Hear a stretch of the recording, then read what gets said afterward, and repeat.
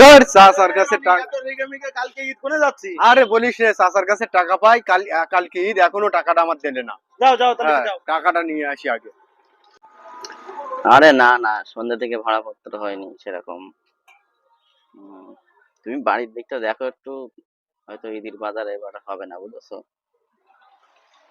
হ্যাঁ, তুমি বাড়ির দিকটা একটু দেখো, ঈদের বাজার হয়তো হবে না, কারণ ভাড়াপত্র সেভাবে হয়নি, ঠিক আছে?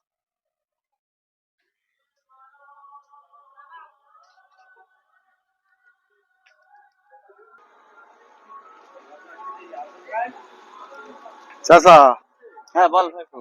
ঈদ মোবারক। কালকে তো ঈদ, তা তোমার জন্য এনো কটা বাজার নিয়ে আসলাম। ঈদের কটা বাজার করে আনলাম, কালকে একটু রান্না বান্না করে খেয়েও, ঠিক আছে? ভাইপু তোর কি বলে যে ধন্যবাদ জানাবো? আর আমি ধন্যবাদ দিতে হবে না চাচা, তুমি আমি তো। ভাবতাম পৃথিবীতে আমার কেউ নেই, আমি আছি তো, তুমি আমার আমি ভাইপো ভাইপো আছি বকে। তো। ঈদ মোবারক, ঈদ মোবারক।